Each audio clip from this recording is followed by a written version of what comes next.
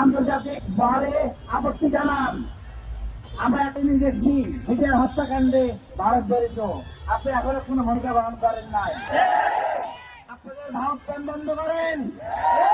বাংলাদেশ, আমরা বাংলাদেশে থাকতে চাই, এখানে কোনো সময় চলবে না।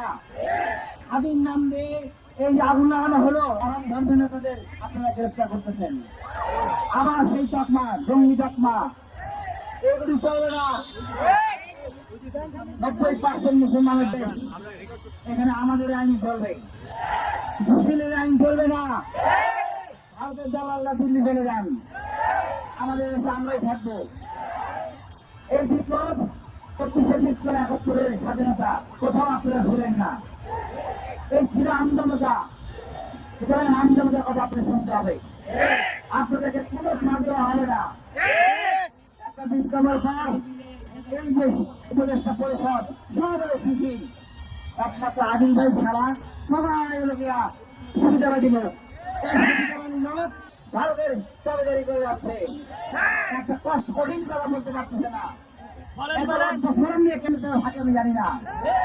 তাদের তারা কি মনে করে আদিবাসী হিসেবে থাকবে? অবশ্যই না। মেরে আসতে জুতা বেড়ে খাবে। আপনি ভারত একটা আদিম হত্যাকারী